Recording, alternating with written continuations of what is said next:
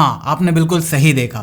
मैं आपसे ये कह रहा हूँ कि आप एक 5G phone low over the 4G, अगर उसके अंदर स्पेसिफिकेशन में आपको कमी देखने को मिलती है फिर भी। हालांकि देखा जाए ना तो अब ये चीज चेंज हो चुकी है। ये चीज 2021 के अंदर बहुत ज्यादा थी। 5G के अंदर आपको स्पेक्स बहुत ही बेकार मिलते थे 4G के मुकाबले। अब की अगर मैं बात करूं तो कंपनीज के पास चीप ऑप्शन अवेलेबल है फॉर द 5G। पूरा इंफ्रास्ट्रक्चर तैयार हो चुका है कंपनीज के पास मॉडेम्स बनाने के लिए। मॉडेम सस्ते में मिल रहे हैं। नेटवर्क बैंड्स के लिए जो हमें रॉयल्टी देनी पड़ती थी उसमें हमें कमी देखने को मिल गई है। जो चिप शॉर्टेज का सीन चल रहा था वहां पर थोड़ी सी सप्लाई चेन और ज्यादा बेटर हुई है। तो पहले जो दिक्कतें थी अब उतनी नहीं रह गई हैं। इवन कंपनीज की अगर मैं बात करूं लाइक क्वालकॉम, सैमसंग, मीडियाटेक, ये सब जो भी अपने नए प्रोसेसर का प्लान कर रही हैं 99% उसमें 5G प्रोसेसर्स ही हैं। हाँ, मैं मानता हूं कि अभी भी 4G प्रोसेसर्स लॉन्च हो रहे हैं। स्नैपड्रैगन 680 उसका बेस्ट एग्जांपल है। लेकिन पहले अगर आप हमसे पूछते कि भैया एक 4G फोन है, एक 5G फोन है, हमें क्या लेना चाहिए, मैं आपसे कहता कि भाई 5G को आने में भी अच्छे से कम 2 साल तो लग ही जाएगा। 1.5 साल 2 साल लग जाएगा। आज भी मेरा यही कहना है कि एटलीस्ट 1 साल तो लग ही जाएगा। अभी से भी आज के डेट से अगर हम देखें अच्छे से डिप्लॉय होने में 1 साल लग जाएगा। उसके बावजूद मैं आपको ये कह रहा हूं कि आप एक कम स्पेसिफिकेशन वाला फोन भी अगर आपको 5G में मिले तो आप उस कम स्पेसिफिकेशन वाले फोन की तरफ ही जाना। या फिर मैं आपसे ये कहूंगा कि भाई आप कोई भी फोन अभी मत लो, वेट करो एक चीज के होने का। अब वो क्या चीज होनी है ये पूरा का पूरा मेरा अपना हाइपोथेसिस है। इसमें कोई भी थियरी नहीं है, कोई भी फैक्ट नहीं है, कोई भी प्रूव्ड आर्टिकल या कुछ भी नहीं है मेरे पास। ये सिर्फ मेरे दिमाग की बात है। तो आप में से जितने भी लोगों को ये बोलना है कि भाई तू गलत बोल रहा है या तुझे कुछ भी नहीं पता, जाके पढ़ के आ, या फिर हमारे तेरे बाप को मत सिखा चल, तो आप लोग ऐसा बिल्कुल कह सकते हो क्योंकि ये एक हाइपोथेसिस है और मेरा अपना ओपिनियन है जो कि कंप्लीटली गलत हो सकता है। सी, जब हमारा 3G से 4G के अंदर ट्रांजिशन हो रहा था तो 3G और 4G ये दोनों बिल्कुल अलग थे। इन दोनों को ऑपरेट करने के लिए अलग ट्रांसमिशन, अलग टावर्स की जरूरत पड़ रही थी। और यहाँ पर इस चीज को अच्छे से अचीव करने के लिए खासकर इंडिया में एक अच्छा खासा टाइम भी लिया गया था। 4G हमारा लॉन्च हो गया था 2022 के अंदर और 2015-16 के अंदर यूएस या जितने भी डेवलप्ड कंट्री हैं वहां पर लोग 4G को वैसे ही इस्तेमाल कर रहे थे जैसे आज से 1 साल पहले हम यूज कर रहे थे। लगभग वैसी ही स्पीड उन्हें उस टाइम पर मिल रही थी। और इंडिया के अंदर वो चीज आई 2017 के अंदर और वो भी गिने चुने लोगों को विद इनिशियल टेक्नोलॉजीज। तो जियो तो अपनी पूरी तैयारी के साथ आया था, लेकिन यहाँ पर 4G के इम्प्लीमेंटेशन में इतना टाइम क्यों लगा?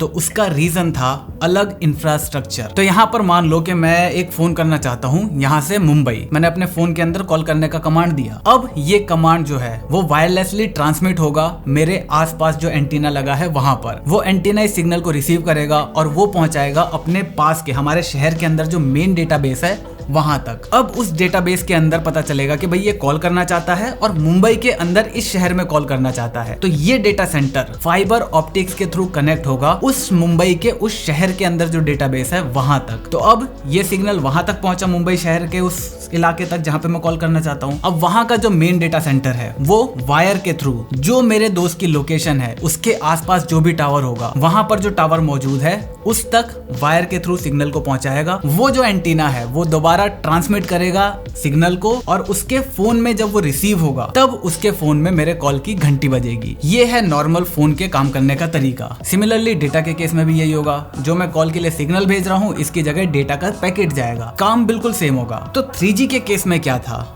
जो हमारा टावर है और जो मेरे शहर का मेन डेटाबेस है ये दोनों आपस में कनेक्टेड थे कॉपर वायर, जो नॉर्मल वाली वायर आती है उसके थ्रू। लेकिन 4G के अंदर इन वायर्स को हटाकर ऑप्टिकल फाइबर बिछा दी गई और ऑप्टिकल फाइबर में कोई भी सिग्नल ट्रांसमिट होता है स्पीड ऑफ लाइट के थ्रू और हमारे पास लाइट की स्पीड से तेज आज के टाइम में कुछ भी नहीं है। इसी वजह से जो केबल है वो चेंज हो गई, डेटा को ट्रांसफर करने की स्पीड और जो पैकेट है वो भी बढ़ गया। अब जो हमारा रिसीवर या ट्रांसमीटर था या जो भी इलेक्ट्रॉनिक गैजेट्स थे टावर के ऊपर जो लगे हुए थे, एंटीना जो भी सब कुछ था, वो सारा का सारा उतनी हाई स्पीड में ऑपरेट नहीं कर पाता था क्योंकि वो कॉपर से जो इन्फॉर्मेशन आती थी उसके लिए डिजाइन करा गया था। तो कहने का मेरा मतलब ये है कि 4G की जो स्पीड्स हैं, 4G की जो अवेलेबिलिटी है उसको अचीव करने के लिए कंपनीज को पूरा का पूरा टावर चेंज करना पड़ रहा था। इसी वजह से पूरा नया इंफ्रास्ट्रक्चर पैदा करने में उन्हें अच्छे खासे पैसे लग गए। फिर नए कस्टमर्स को लेना, ये करना वो करना, उस चक्कर में 3G के ऊपर ध्यान कंपनीज का कम होने लगा। वैसे देखा जाए इंडिया के अंदर 3G से 4G का जो ट्रांजिशन था वो काफी ज्यादा ड्रामेटिक था। मतलब एक तो अचानक से जियो आ गया, उसने अपना सारा इंफ्रास्ट्रक्चर तैयार ही ऐसा करा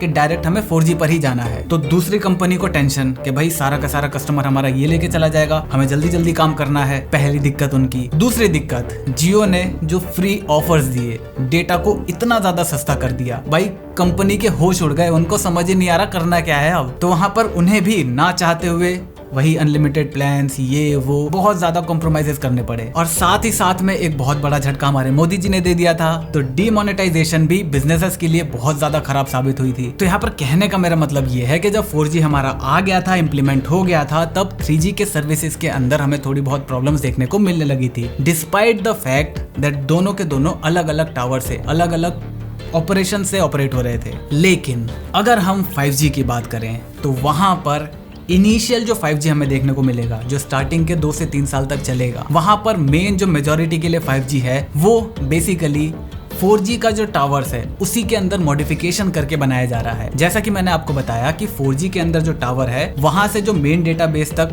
जो केबल जा रही है वो ऑप्टिकल फाइबर में कन्वर्ट कर दी गई। तो 5G आ जाए, 6G आ जाए, 10G आ जाए, स्पीड ऑफ लाइट से तेज तो हम कुछ भी नहीं कर सकते ना। और कई कंपनीज का प्लान ये है कि वो 70% अपने 4G टावर को 5G टावर में कन्वर्ट कर देंगी। और अभी के टाइम में जितनी भी 5G की टेस्टिंग हुई है और जो मेजर चल रही है वो सारी की सारी इसी चीज पर चल रही है। अगर आपको इसको और भी अच्छे से समझना है तो मैंने स्टैंड अलोन और नॉन स्टैंड अलोन इनके ऊपर एक वीडियो बना रखी है, वो आप अच्छे से देख सकते हो। अब यहाँ पर 4G के लिए तो ये सारा इंफ्रास्ट्रक्चर था ही, 5G की जो स्पीड्स है वो अचीव करने के लिए हमें यहाँ पर टावर्स को भी एक दूसरे से कम्युनिकेट करवाना पड़ेगा। अभी 4G के टाइम में ये जो जितने भी टावर्स हैं एक दूसरे से जो कम्युनिकेट करते हैं वो वायरलेसली करते हैं। लेकिन अब प्लान यहाँ पर यह है कि जितने भी टावर्स हैं इनको आपस में ऑप्टिकल फाइबर के थ्रू कनेक्ट कर दिया जाए ताकि हमें 5G वाली स्पीड मिल पाए। बिना ये किए 5G की स्पीड अचीव कर पाना ऑलमोस्ट नामुमकिन है। तो ये जितना भी ज्ञान का मसाला था वो सिर्फ इसलिए था कि आप बेसिक अंडरस्टैंडिंग रख सको इस चीज की कि कैसे चीजें काम करती हैं, और दूसरा आपको ये समझ में आ जाए कि जो 5G है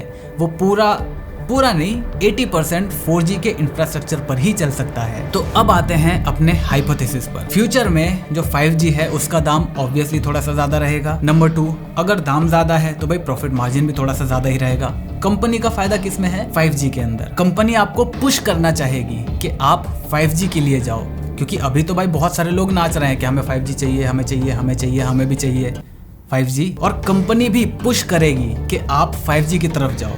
मतलब कंपनी बोलेगी कि तुमने बहुत नाच के 5G फोन लिया है ना, मुझे 5G फोन लेना है, 5G फोन लेना है, अब 5G सिम भी लो और 5G प्लान्स भी डलवाओ। लेकिन दिक्कत ये है कि भाई वो थोड़ा सा महंगा होगा या शायद थोड़ा ज्यादा महंगा हो सकता है। अब आप मुझे लॉजिकली सोच के बताओ कि 4G के अंदर आज के टाइम में आपको क्या दिक्कत आ रही है। अगर आपको कोई दिक्कत नहीं आ रही तो क्यों स्विच करना चाहेगा 5G के अंदर? लगभग वैसी स्पीड या उससे थोड़ी सी ज्यादा स्पीड मिल जाए, लेकिन अभी की स्पीड कम नहीं है ना। किसी को जरूरत क्या है? मुझे तो पर्सनली जरूरत नहीं है 5G की। तो यही चीज 4G is more than enough. तो कोई भी कस्टमर क्यों 5G की तरफ जाएगा? सिर्फ एक केस है कि 5G के अंदर लोग अपने आप स्विच करेंगे, वो है 4G और 5G के दाम बराबर रहे। लेकिन ऐसा हो पाना मेरे हिसाब से थोड़ा सा मुश्किल है। तो भाई कंपनी की तरफ 5G के लिए लोग जाएंगे ही नहीं, तो इतना सब कुछ करने का फायदा क्या? तो मे बी एक हाइपोथेसिस है मेरी कि मे बी जैसे ही 5G रोल आउट होना शुरू हो जाएगा, थोड़ा सा अच्छा इंफ्रास्ट्रक्चर बन जाएगा, हर जगह अवेलेबिलिटी हो जाएगी, वैसे ही आपको 4G के अंदर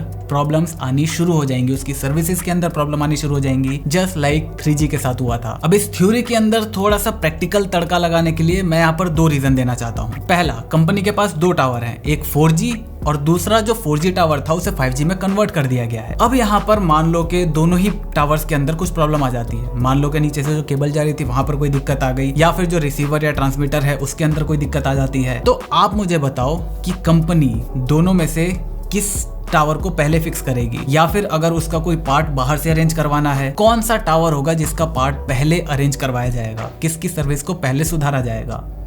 Hence bad 4G experience. Reason number 2, 5G के दाम ज्यादा होंगे, दाम ज्यादा, प्रॉफिट मार्जिन ज्यादा, और जब तक कंपनी प्रॉफिट नहीं दिखाएगी उस कंपनी के इन्वेस्टर्स खुश नहीं होंगे। तो अपने इन्वेस्टर्स को खुश रखने के लिए, इन्वेस्टमेंट्स बनाए रखने के लिए कंपनी अगर प्रॉफिट दिखाएगी तो भाई शेयर मार्केट से भी अच्छा खासा पैसा आएगा, लोग उस कंपनी में पैसा लगाएंगे। तो पैसा कमाने के लिए नया कस्टमर बेस भी चाहिए। यहाँ पर कंपनी को ये दिखाना पड़ेगा कि लोग हमारे 5G को अडॉप्ट कर रहे हैं। तो उसके लिए क्या कर सकते हैं, 4G को इंटरप्ट कर दो, उसकी सर्विस को उतनी अच्छी ना रखो जितनी थी। जैसे ही हमारी 4G सर्विसेज में दिक्कत आनी शुरू हो जाएंगी, लोगों के पास या तो अपने आप या तो मजबूरी में 5G का ही ऑप्शन बच जाएगा। तो मेरे ये 2 रीजन इस हाइपोथेसिस में थोड़ी सी प्रैक्टिकलिटी को ऐड करते हैं। बाकी आपका क्या सोचना है वो मुझे नीचे कमेंट करके जरूर बताना। हालांकि मैं चाहता नहीं हूँ कि ये चीज सच हो, और अगर ये सच नहीं होती तब मेरा यहाँ पर एक सवाल है कि क्या हमारा जो 5G है वो स्टैंड अलोन, मतलब अपना अकेले काम करेगा, 4G को रिप्लेस कर देगा लाइक 4G ने कर दिया था। मतलब 2 साल के अंदर 90% 3G यूजर्स 4G में स्विच कर गए थे, या फिर वो 4G को सप्लीमेंट करेगा, मतलब वो 4G के साथ में एग्जिस्ट करेगा। जिसको 4G चाहिए 4G करो, जिसको 5G हाई स्पीड चाहिए, कुछ भी चाहिए, वो 5G पे स्विच हो सकता है। अब इस सवाल का जवाब आप भी ढूंढो, मैं भी ढूंढता हूँ, मुझे पहले मिल गया तो वीडियो मिल जाएगी आपको।